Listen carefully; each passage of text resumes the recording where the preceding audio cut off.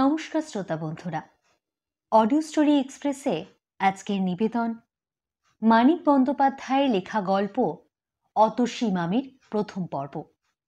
গল্প পাঠে আমি নন্দিতা এবং সমগ্র পরিচালনায় টিম অডিও স্টোরি এক্সপ্রেস। শুরু হচ্ছে আজকের গল্প অতসী মামি।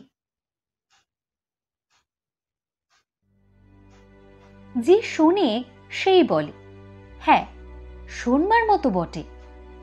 বিশেষ করে আমার মেজো মামা, তার মুখে কোনো কিছুর এমন উচ্ছ্বসিত প্রশংসা খুব কম শুনেছি। শুনে শুনে ভারী কৌতূহল হলো, কি এমন বাঁশি বাজায় লোকটা যে সবাই এমন ভাবে তার প্রশংসা করছে। একদিন শুনতে গেলাম, মামার কাছ থেকে একটা পরিচয় পত্র সঙ্গে নিলাম। আমি থাকি বালিগঞ্জে, আর যার বাঁশি বাজানোর ওস্তাদির কথা বললাম তিনি থাকেন ভবানীপুর অঞ্চলে।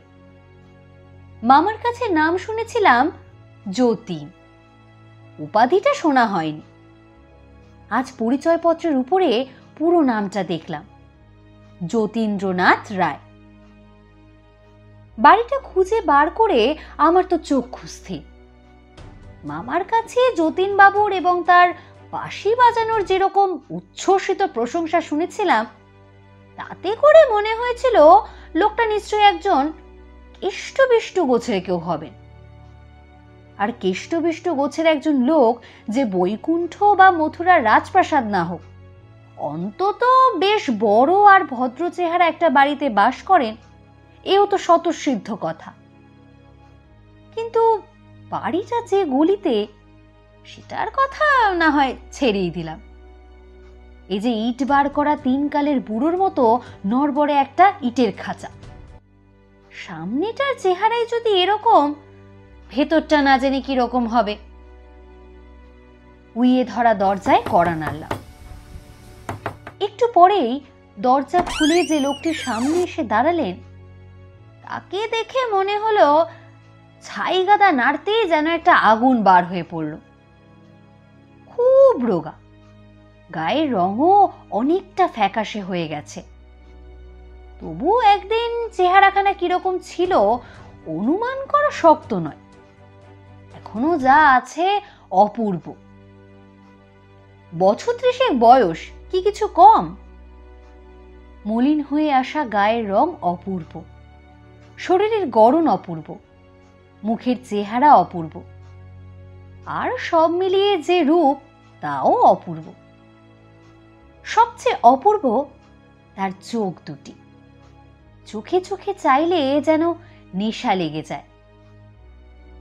পুরুষেরও তাহলে সৌন্দর্য থাকে। ইট বার করা নোনা ধরা দেয়াল আর উইয়ে ধরা দরজা, তার মাঝখানে লোকটিকে দেখে আমার মনে হলো ভারী সুন্দর একটা ছবিকে একে যেন অতি বিশ্রী একটা ফ্রেমে বাঁধিয়েছে। বললেন, আমি ছাড়া তো বাড়িতে কেউ নেই, সুতরাং আমাকেই চান। কিন্তু কি চান? আমার মুগ্ধ চিত্তে কে যেন একটা ঘা দিল। কি বিশ্রী গলার স্বর, কর্কশ।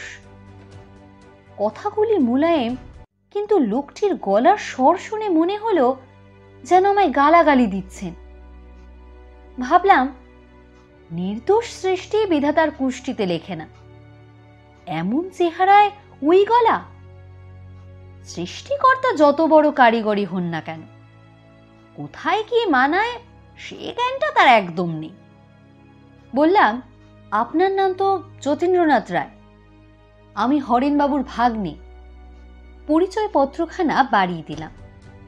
এক নিঃশ্বাসে পড়ে বললেন, ইস, আবার পরিচয়পত্র কেন হে? হরেন যদি তোমার মামা, আমিও তোমার মামা। হরেন যে আমায় দাদা বলে ডাকে।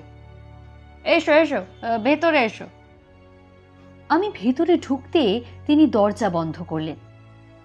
সদর দরজা থেকে দুধারের দেয়ালে গা ঠেকিয়ে হাত পাচে কেশে একটা হাত 3 চওড়া বারান্দায় পড়ে ডান দিকে বাঁকতে হলো।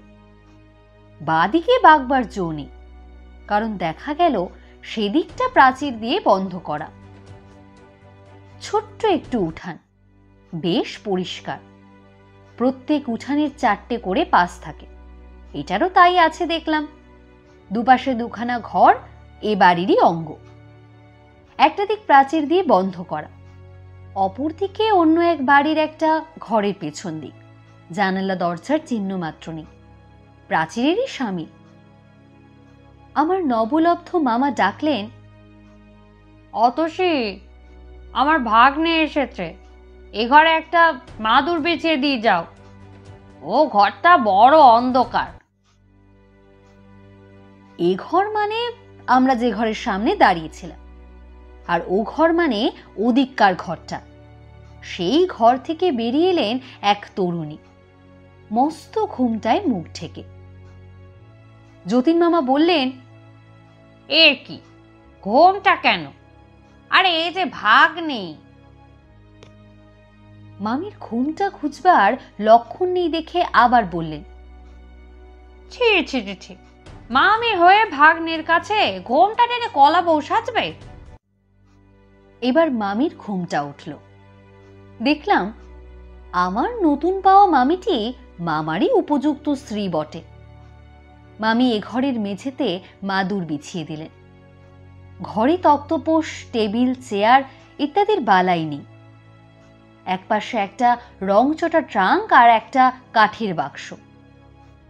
দেয়ালে এক কোণ থেকে আরেক কোণ পর্যন্ত একটা দড়ি টাঙানো, তাতে একটি মাত্র ধুতি ঝুলছে।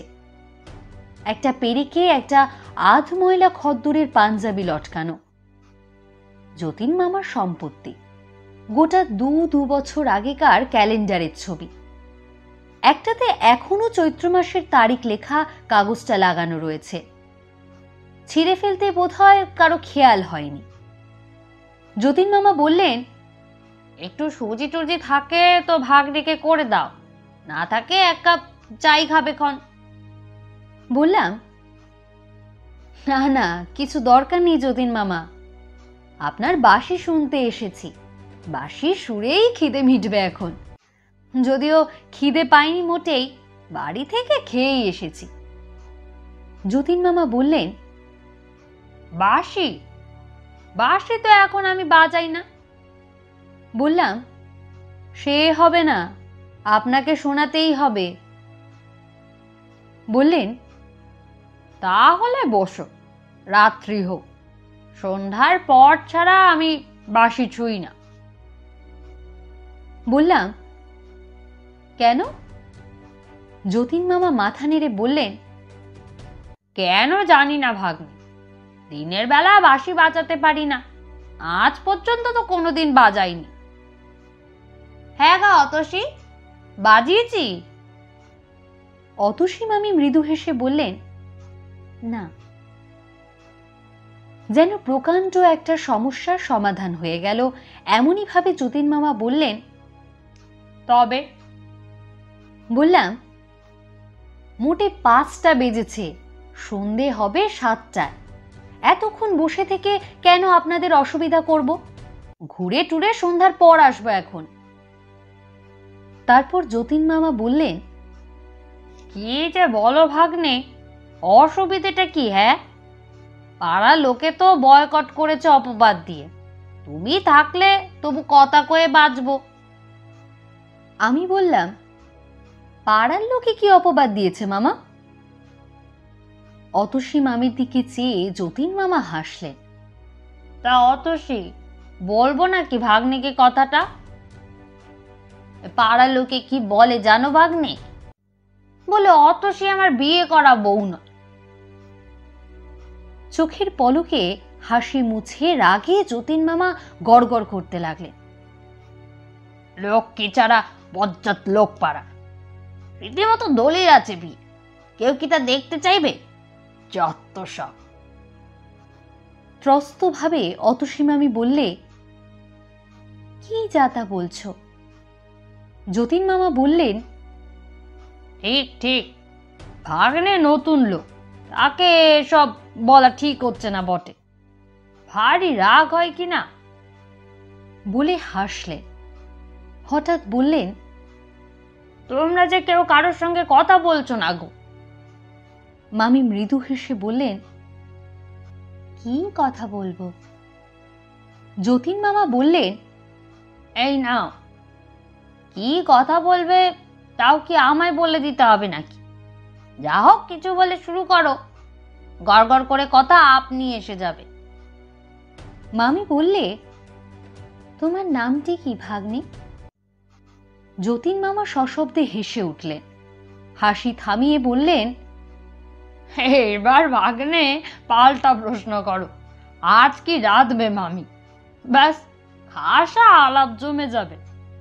তোমার আরম্ভটা কিন্তু বেশ অতসী। মামির মুখ লাল হয়ে উঠল। আমি বললাম, অমন বিশ্রী প্রশ্ন আমি কখনো করব না মামি, আপনি নিশ্চিত থাকুন। আমার নাম সুরেশ। যতীন মামা বললেন, সুরেশ কিনা সুরের রাজা, তাই সুর শুনতে এত আগ্রহ নয় ভাগ্নে? হঠাৎ উঠে দাঁড়িয়ে বললেন, ইস, ভুবনবাবু যে টাকা দুটো ফেরত দেবে বলেছিল, আজ নিয়ে আসি, দুদিন বাজার হয়নি। তুমি বসো ভাগ্নে, মামির সঙ্গে গল্প করো, 10 মিনিটের ভেতর আসছি। ঘরের বাইরে গিয়ে বললেন, দৌড়টা দিয়ে যাও অতসী, ভাগ্নে ছেলে মানুষ, কেউ তোমার লোভে ঘরে ঢুকলে ঠেকাতে পারবে না। মামির মুখ আরক্ত হয়ে উঠল এবং সেটা গোপন করতে চট করে উঠে গেল। বাইরে তার চাপা গলা শুনলাম, কি যে রসিকতা করো, ছি। তবে মামা কি জবাব দিলে শোনা গেল না। মামি ঘরে ঢুকে বললে, ওই রকমই স্বভাব ওর, বাক্সের মোটে 2টি টাকা, তাই নিয়ে সেদিন বাজার গেলে, বললাম একটা থাক। জবাব দিলেন, কেন? রাস্তায় ভুবনবাবু চাইতে টাকা দুটি তাকে দিয়ে খালি হাতে ঘরে ঢুকলেন। আমি বললাম, আশ্চর্য লোক তো। মামি বললে, ওই রকমই। আর দেখো ভাই। বললাম, ভাই নয়, ভাগ্নে। মামি বললে, তাও তো বটে, আগে থাকতেই যে সম্বন্ধটা পাতিয়ে যে বসে আছো, ওর ভাগ্নে না হয়ে আমার ভাই হলেই বেশ হতো, কিন্তু সম্পর্কটা নতুন করে পাতো না। এখনো 1 ঘন্টাও হয়নি, জমাট বাঁধেনি। আমি বললাম, কেন? মামি ভাগ্নে ব্যস্ত সম্পর্ক। মামি বললে, আচ্ছা তবে তাই, কিন্তু আমার একটা কথা তোমায় রাখতে হবে ভাগ্নে, তুমি ওর বাঁশি শুনতে চেও না। বললাম, তার মানে? বাঁশি শুনতেই তো এলাম। মামির মুখ গম্ভীর হলো। বললে, কেন এলে? আমি ডেকেছিলাম?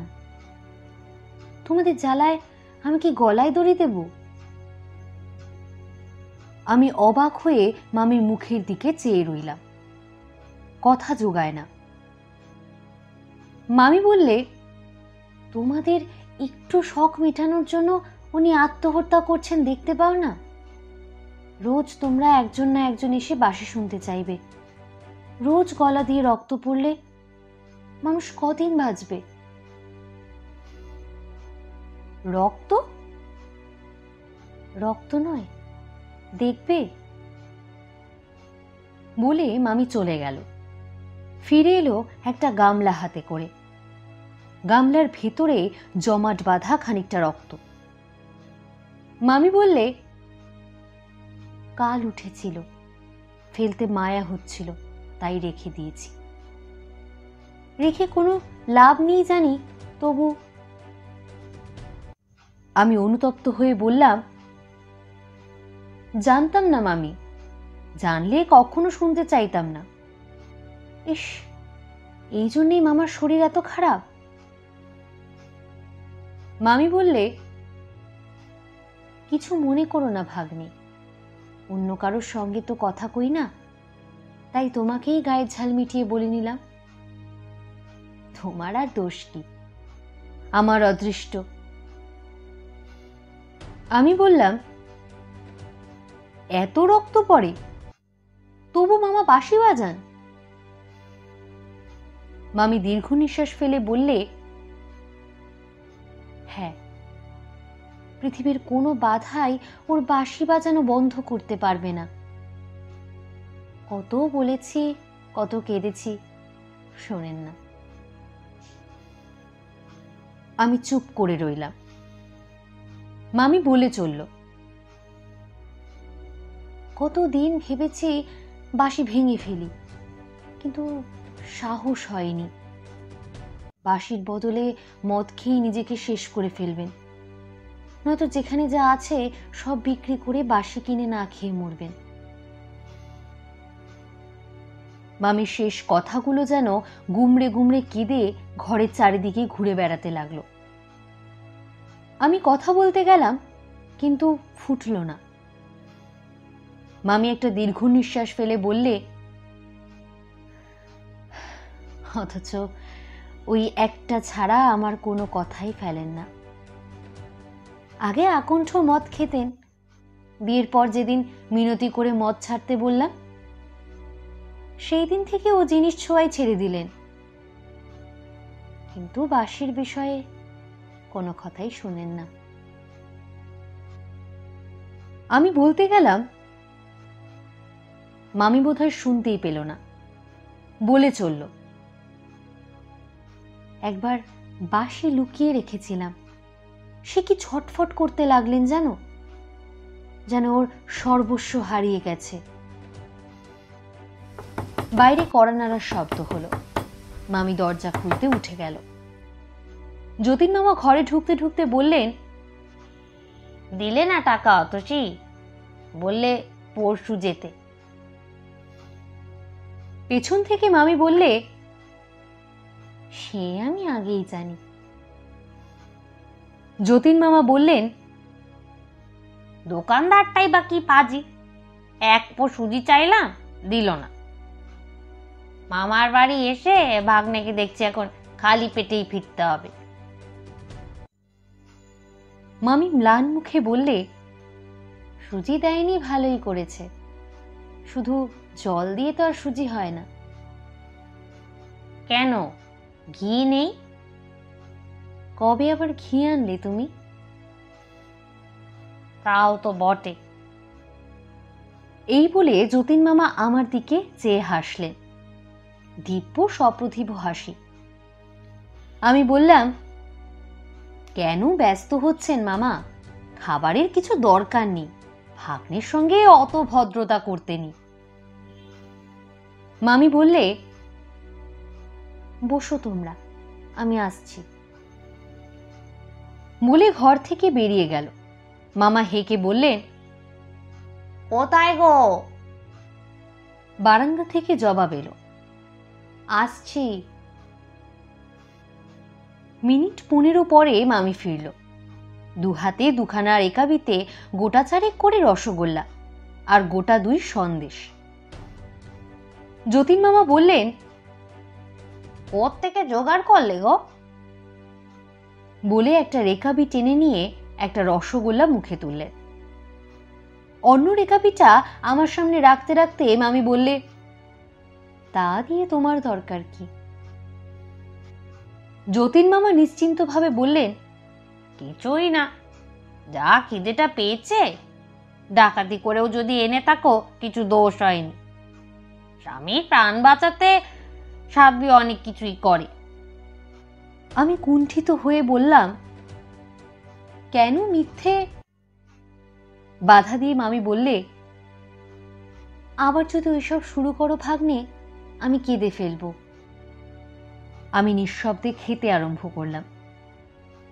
মামি ও ঘর থেকে 2টো এনামেলের গ্লাসে জল এনে দিলেন। প্রথম রসগোল্লাটা গিলেই মামা বললেন, কি বেশি রসগোল্লা, রইল পড়ে, খেও তুমি, নয়তো ফেলে দিও। দেখি সন্দেশটা কেমন। সন্দেশ মুখে দিয়ে বললেন, হ্যাঁ, এই জিনিসটা তাও ভালো, এটাই খাবো। বলে সন্দেশ দুটো তুলে নিয়ে রেকাবিটা ঠেলে দিয়ে বললেন, যাও, তোমার সুজির ঢিপি ফেলে দিওক্ষণ নর্দমায়। অতসী মামির চোখ ছলছল করে এলো। মামার ছলটুকু আমাদের কারোর কাছেই গোপন রইল না। কেন যে এমন খাসা রসগোল্লাও মামার কাছে সুজির ঢিপি হয়ে গেল, বুঝে আমার চোখে প্রায় জল আসবার উপক্রম হলো। মাথা নিচু করে রেকাবিটা শেষ করলাম। মাঝখানে একবার চোখ তুলতেই নজরে পড়ল মামি মামার রেকাবিটা দরজার উপরে তাকে তুলে রাখছে। সন্ধ্যার অন্ধকার ঘনিয়ে এলে মামি ঘরে ঘরে প্রদীপ দেখালো, ধুনো দিল। আমাদের ঘরে একটা প্রদীপ জ্বালিয়ে দিয়ে মামি চুপ করে দাঁড়িয়ে কি যেন ভাবতে লাগলো। যতীন মামা হেসে বললেন, আরে লজ্জা কিসের, নিত্যকার অভ্যাস, বাদ পড়লে রাতে ঘুম হবে না, ভাগ্নের কাছে লজ্জা করতে নেই। আমি বললাম, আমি না হয়। মামি বললে, বসো, উঠতে হবে না, অত লজ্জা নেই আমার। এই বলে গলায় আঁচল দিয়ে মামার পায়ের কাছে মাটিতে মাথা ঠেকিয়ে প্রণাম করল।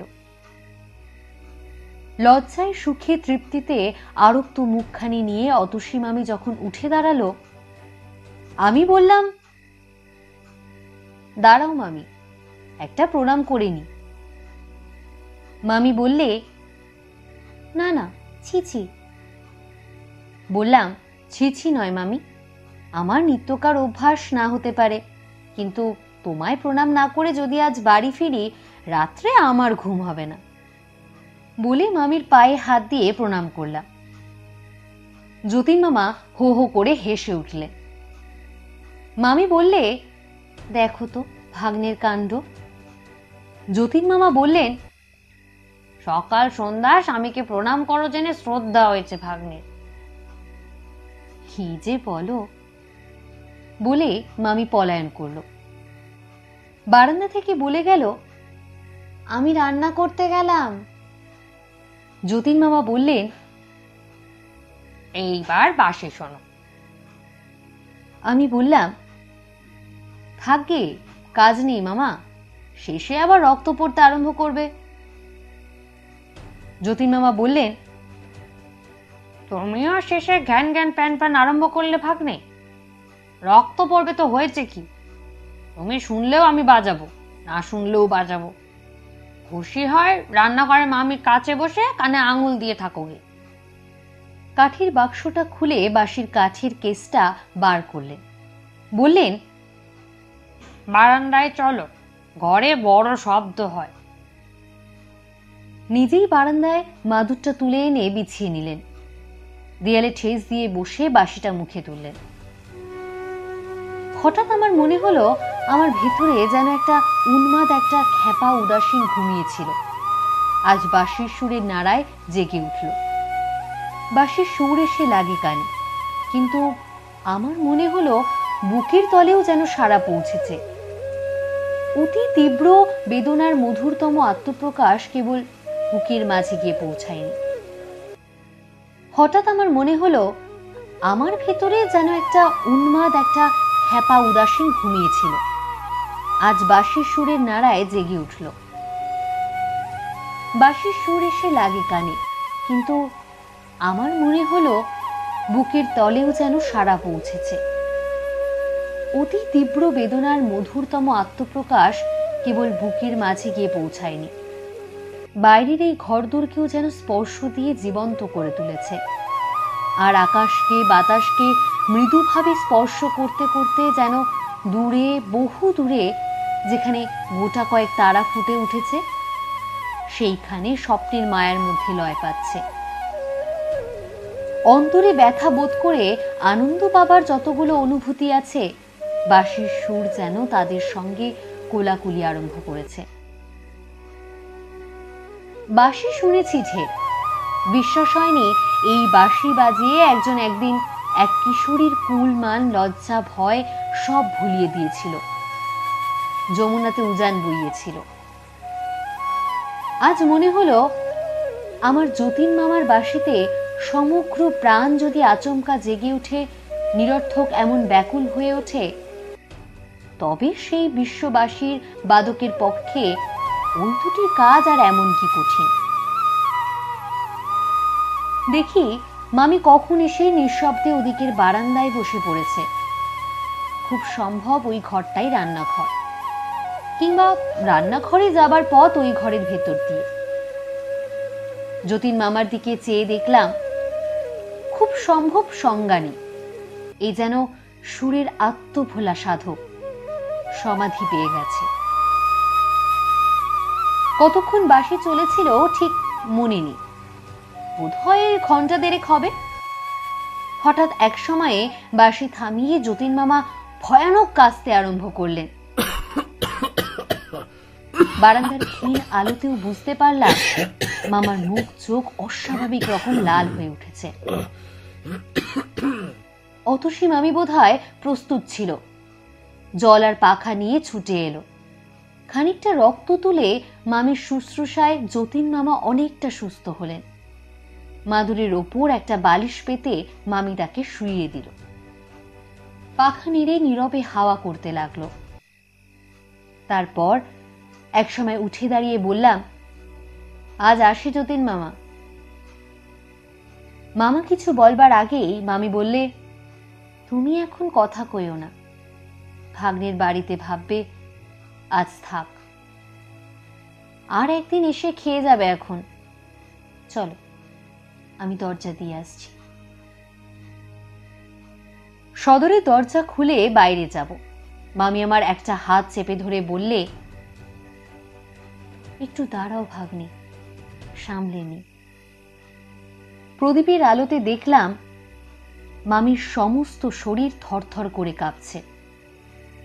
একটু সুস্থ হয়ে বললে, ওর রক্ত পড়া দেখলেই আমার এরকম হয়, বাঁশি শুনেও হতে পারে। আচ্ছা, এবার এসো ভাগ্নে, শিগগির আর একদিন আসবে কিন্তু। বললাম, মামার বাঁশি ছাড়াতে পারি কিনা একবার চেষ্টা করে দেখবো মামি। মামি ব্যগ্র কণ্ঠে বললে, পারবে, পারবে তুমি? যদি পারো ভাগ্নে, শুধু তোমার যতীন মামাকে নয়, আমাকেও প্রাণ দেবে। অতসী মামি ঝরঝর করে কেঁদে ফেললে। রাস্তায় নেমে বললাম, খিলটা লাগিয়ে দাও মামি। কেবলই মনে হয়, নেশাকে মানুষ এত বড় দাম দেয় কেন? লাভ কি? এই যে যতীন মামা পলে পলে জীবন উৎসর্গ করে সুরের জাল বুনবার নেশায় মেতে যান, মানি তাতে আনন্দ আছে, যে সৃষ্টি করে তারও, যে শোনে তারও। কিন্তু এত চড়া মূল্য দিয়ে কি সেই আনন্দ কিনতে হবে? এই যে স্বপ্ন সৃষ্টি, এ তো ক্ষণিকে। যতক্ষণ সৃষ্টি করা যায় শুধু ততক্ষণ স্থিতি, তারপর বাস্তবের কঠোরতার মাঝে এ স্বপ্নের চিহ্নও তো খুঁজে পাওয়া যায় না। এই নিরর্থক মায়া সৃষ্টি করে নিজেকে ভুলবার প্রয়াস কেন? মানুষের মন কি বিচিত্র। আমারও ইচ্ছে করে যতীন মামার মতো সুরের আলোয় ভুবন ছেয়ে ফেলে, সুরের আগুন গগনে বেয়ে তুলে পলে পলে নিজেকে শেষ করে আনি। লাভ নেই, নাই বা রইল। এতদিন জানতাম আমিও বাঁশি বাজাতে জানি, বন্ধুরা শুনে প্রশংসাও করে এসেছে। বাঁশি বাজিয়ে আনন্দ যে না পাই তা নয়, কিন্তু যতীন মামার বাঁশি শুনে এসে মনে হলো, বাঁশি বাজানো আমার জন্যে নয়। এক একটা কাজ করতে এক একজন লোক জন্মায়, আমি বাঁশি বাজাতে জন্মাইনি। যতীন মামা ছাড়া বাঁশি বাজাবার অধিকার কারো নেই। থাকতে পারে কারো অধিকার, কারো কারো বাঁশি হয়তো যতীন মামার বাঁশির চেয়েও মনকে উতলা করে তোলে, আমি তাদের চিনি না। একদিন বললাম, বাঁশি শিখিয়ে দেবে মামা? যতীন মামা হেসে বললে, বাঁশি কি শেখবার জিনিস ভাগ্নে? ও শিখতে হয়। তা ঠিক, আর শিখতেও হয় মন দিয়ে, প্রাণ দিয়ে, সমগ্র সত্তা দিয়ে।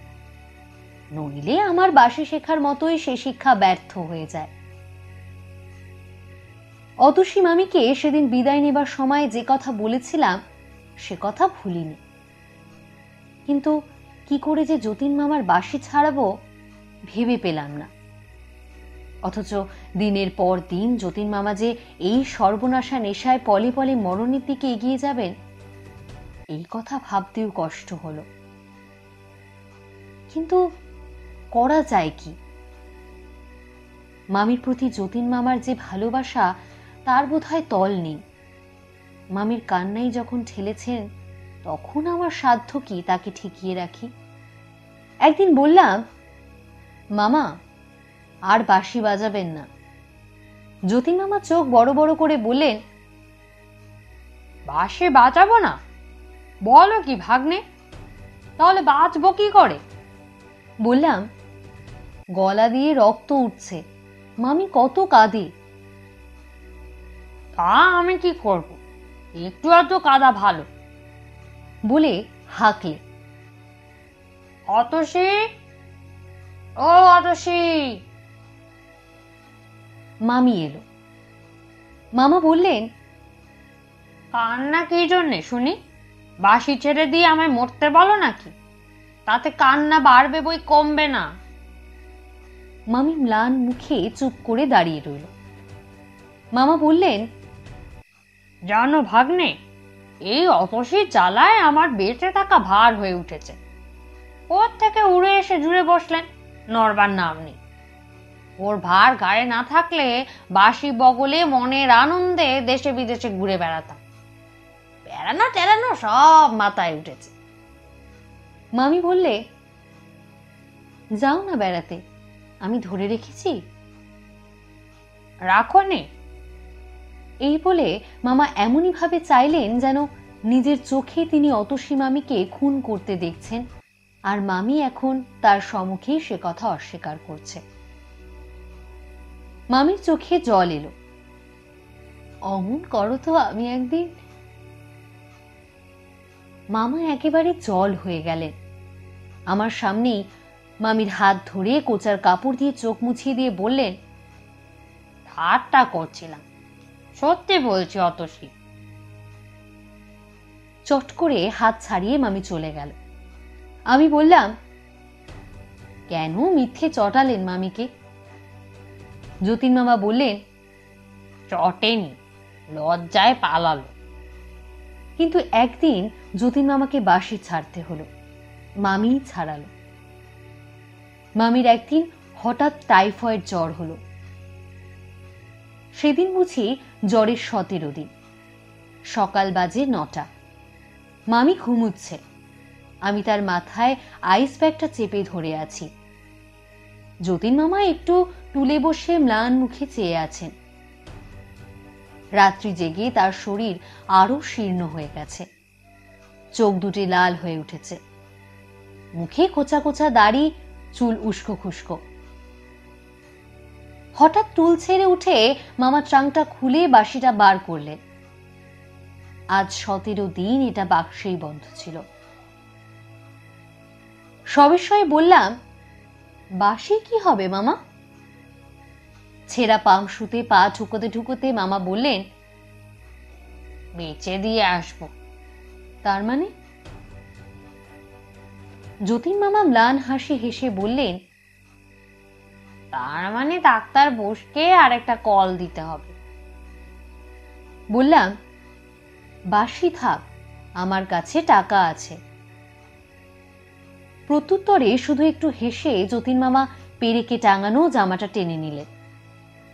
যদি দরকার পড়ে ভেবে পকেটে কিছু টাকা এনেছিলাম। মিথ্যা চেষ্টা। আমার মেজো মামা কতবার কত বিপদে যতীন মামাকে টাকা দিয়ে সাহায্য করতে চেয়েছেন, যতীন মামা একটা পয়সাও নেননি। বললাম, কোথাও যেতে হবে না মামা, আমি কিনবো বাঁশি। মামা ফিরে দাঁড়ালেন, বললেন, তুমি কিনবে ভাগ্নে? বেশ তো। বললাম, কত দাম? বললেন, 135 কিনেছি, 100 টাকায় দেব। বাসি ঠিক আছে, কেবল সেকেন্ড হ্যান্ড, এই যা। বললাম, আপনি না সেদিন বলেছিলেন মামা, এরকম বাসি খুঁজে পাওয়া দায়, অনেক বেছে আপনি কিনেছেন। আমি 135 দিয়েই ওটা কিনব। যতীন মামা বললেন, তা কি হয়, পুরনো জিনিস। বললাম, আমাকে কি জোচ্চোর পেলেন মামা? আপনাকে ঠকিয়ে কম দামে বাসি কিনবো? পকেটে 10 টাকার 3টে নোট ছিল, বার করে মামার হাতে দিয়ে বললাম, 30 টাকা আগাম নিন, বাকি টাকাটা বিকেলে নিয়ে আসবো।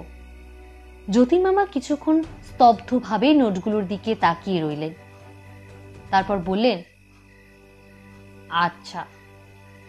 আমি অন্যদিকে মুখ ফিরিয়ে নিলাম। যতীন মামার মুখের ভাবটা দেখবার স্বাদ হলো না। যতীন মামা ডাকলেন, ভাগ্নে। ফিরে তাকালাম। যতীন মামা হাসবার চেষ্টা করে বললেন, খুব বেশি কষ্ট হচ্ছে ভেবো না, বুঝলে ভাগ্নে। আমার চোখে জল এলো। তাড়াতাড়ি মুখ ফিরিয়ে মামির শিয়রে গিয়ে বসলাম। মামির ঘুম ভাঙেনি, জানতেও পারল না যে রক্তপিপাসু বাসিটা ঝলকে ঝলকে মামার রক্তপান করেছে, আমি আজ সেই বাসিটাই কিনে নিলাম। মনে মনে বললাম, মিথ্যে আশা, এ যে বালির বাঁধ। একটা বাসি গেল, আরেকটা কিনতে কতক্ষণ। লাভের মধ্যে যতীন মামা একান্ত প্রিয় বস্তু হাতছাড়া হয়ে যাবার বেদনাটাই পেলেন। বিকালে বাকি টাকা এনে দিতেই যতীন মামা বললেন, বাড়ি যাবার সময় বাসিটা নিয়ে যেও। আমি ঘরে ঢুকতে ঢুকতে বললাম, থাক না এখন কদিন, এত তাড়া কিসে?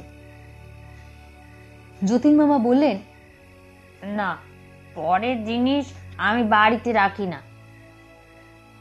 বুঝলাম, পরের হাতে চলে যাওয়া বাসিটা চোখের ওপরে থাকা তার সহ্য হবে না। বললাম, বেশ মামা, তাই নিয়ে যাবক্ষণ। মামা ঘাড় নেড়ে বললেন, হ্যাঁ, তাই ভালো, নিয়েই যেও।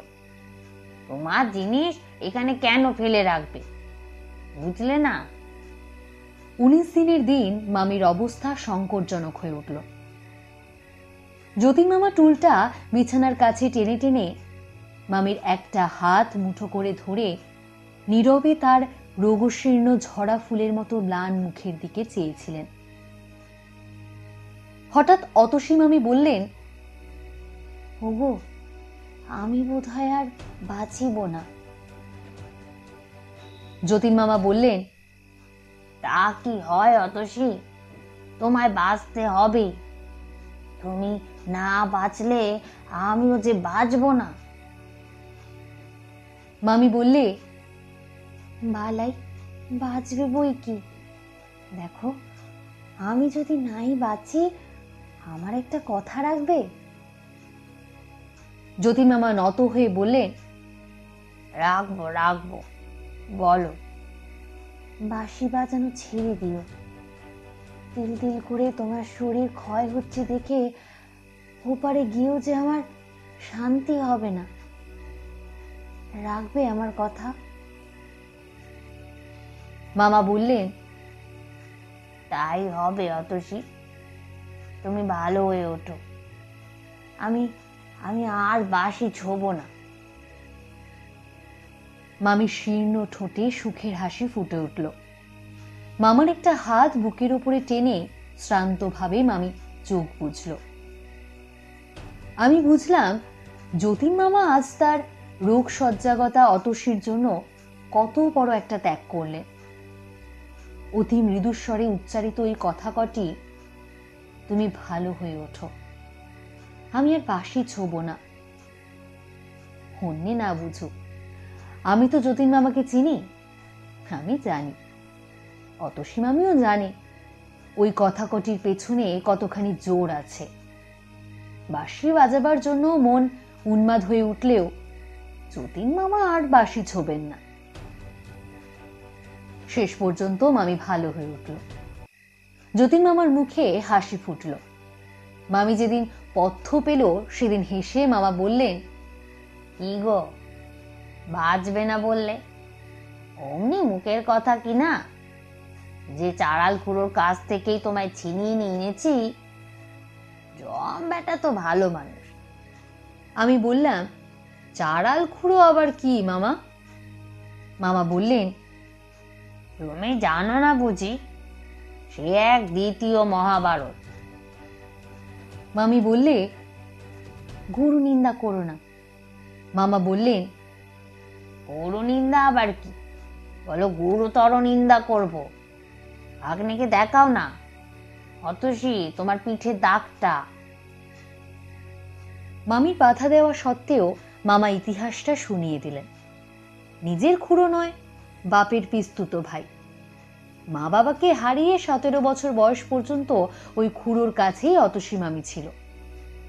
অত বড় মেয়ে, তাকে কিলচর লাগাতে খুড়োটির বাধ্য না। আনুষঙ্গিক অন্নশব্দ ছিলই। খুড়োর মেজাজের একটি অক্ষয় চিহ্ন আজ পর্যন্ত মামির পিঠে আছে। পাশের বাড়িতেই যতীন মামা বাঁশি বাজাতেন আর আকুণ্ঠ মদ খেতেন।